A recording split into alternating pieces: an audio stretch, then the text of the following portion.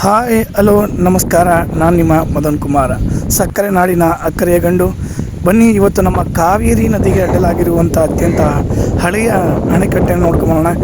ಇದೇ ನೋಡಿ, ನಮ್ಮ ಕಾವೇರಿ ನದಿಗೆ ಅಡ್ಡಲಾಗಿ ಕಟ್ಟಿರುವಂತಹ ಅಣೆಕಟ್ಟೆ ಮಾಧವ ಮಂತ್ರಿ ಅಣೆಕಟ್ಟೆ.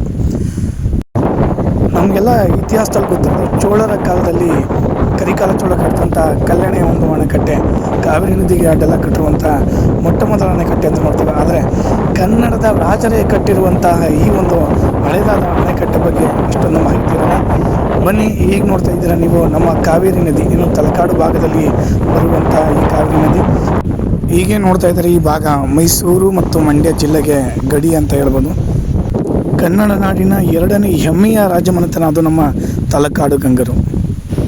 ಇದೇ ಕಾವೇರಿ ನದಿ ಬಯಲಲ್ಲಿ ತಲಕಾಡು ಗಂಗರ ಆಳ್ವಿಕೆ ಶುರುವಾಯಿತು. ಇದೇ ತಲಕಾಡನ್ನು ಗಂಗರು, ಹೊಯ್ಸಳರು, ವಿಜಯನಗರ ಸಾಮ್ರಾಜ್ಯ ಮತ್ತು ಮೈಸೂರು ಒಡೆಯರು ಇಲ್ಲಿ ಆಳ್ವಿಕೆ. ಇದೇ ನೋಡಿ, 1000 ವರ್ಷಗಳ ಹಿಂದೆ ಕಟ್ಟಿರುವಂತಹ ಮಾಧವ ಮಂತ್ರಿ ಅಣೆಕಟ್ಟೆ. ವಿಜಯನಗರ ಸಾಮ್ರಾಜ್ಯದ ಮಂತ್ರಿ ಆದಂಥ ಮಾಧವ ಮಂತ್ರಿಯವರು ಕಟ್ಟಿದಂಥ ಅಣೆಕಟ್ಟೆ ನೋಡಿ. ನಾವು ಮಂಡ್ಯ ಮೈಸೂರು ಭಾಗದವರು ಈಜು ಕಲ್ತಿದ್ದು ಇದೇ ಕಾವೇರಿ ನದಿಯ ಮಡಿಲಲ್ಲಿ.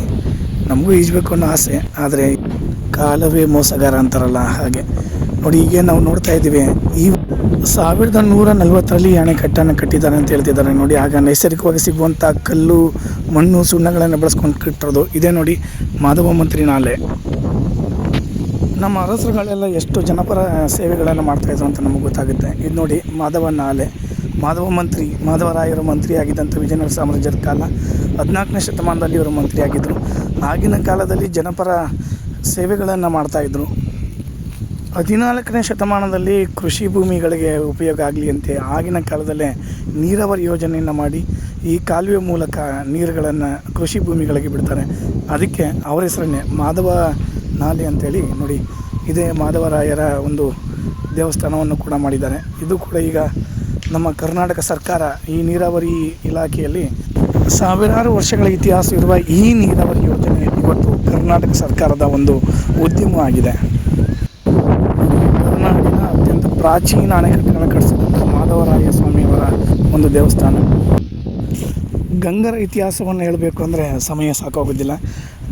ಒಂದು ಉತ್ಕೃಷ್ಟ ಇತಿಹಾಸ ಹೊಂದಿರುವಂತಹ ತಲಕಾಡು ಗಂಗರ ಇತಿಹಾಸವನ್ನು ಸರ್ಕಾರನೇ ಆಗಲಿ, ನಮ್ಮ ಜನಗಳೇ ಆಗಲಿ, ಎಲ್ಲೋ ಒಂದು ಕಡೆ ನಾವು ಕಡೆಗಣಿಸಿದ್ದೇವೆ, ನಿರಭಿಮಾನಿಗಳಾಗಿದ್ದೇವೆ ಅನ್ನೋದು ವಿಷಾದ.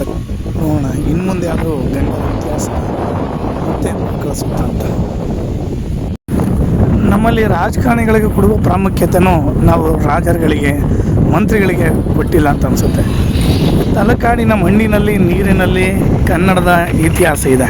ನೋಡುವ ಇನ್ನು ಮುಂದೆ ಆದರೂ ಈ ತಲಕಾಡಿನ 4 ದಿಕ್ಕಲ್ಲೂ ತಲಕಾಡಿನ ಗಂಗರ ನಾಡಿಗೆ ಸುಸ್ವಾಗತ ಅನ್ನೋ ಒಂದು ನಾಮಫಲಕವನ್ನು ದೊಡ್ಡದಾಗಿ ನೋಡುವಂಥ ಕಾಲ ಬರುತ್ತಾ ಇಲ್ವಾ ಕಾದು ನೋಡಬೇಕಾಗಿದೆ. ಆದರೆ ನಮ್ಮ ಹೃದಯದಲ್ಲಂತೂ ಕನ್ನಡತನ, ನಮ್ಮ ಊರು, ನಮ್ಮ ಭಾಷೆ, ನಮ್ಮ ನೀರು ಸದಾ ಚಿರಋಣಿಯಾಗಿರುತ್ತೆ. ಇತಿಹಾಸವನ್ನು ಮರೆಯದಿರಿ, ಮರುಕಳಿಸಿ.